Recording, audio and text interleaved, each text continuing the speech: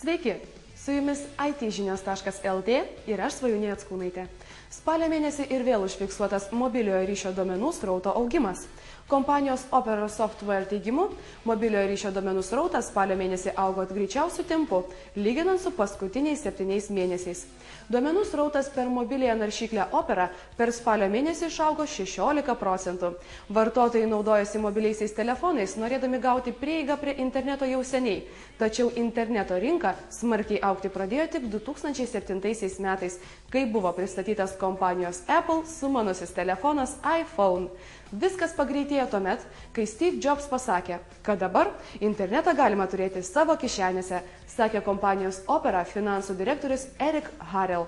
Mobilusis telefonas iPhone atmerkė operatorių akis. Jie pamatė potencialias pajamas, kurias gali gauti iš interneto naršyklių. Bevėlio ryšio operatoriai nori padidinti savo pajamas gaunamas iš interneto naršyklių bei socialinių tinklų populiarumo, kadangi pajamos iš tradicinių balso skambučių mažėja. Be to, dėl perpildytų tinklų didėja konkurencija. Tai labai naudinga tokioms naršyklėms kaip Opera.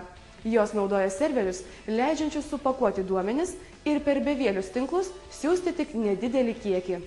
Jeigu mobiliųjų telefonų gamintojas nori įsigyti šią technologiją, jis turi sustiprinti serverį, sakė naršyklių kompanijos Novara marketingo ir verslo plėtros viceprezidentas Randy Kavajani. Nokia ir kiti populiariausi mobiliųjų telefonų gamintojai vis daugiau dėmesio skiria savo naršyklėms. Tačiau šioje rinkoje labiausiai pažengia BlackBerry gamintoja RIM. Ši kompanija rugpjūčio mėnesį paskelbė apie naršyklių kompanijos Torch pirkimą.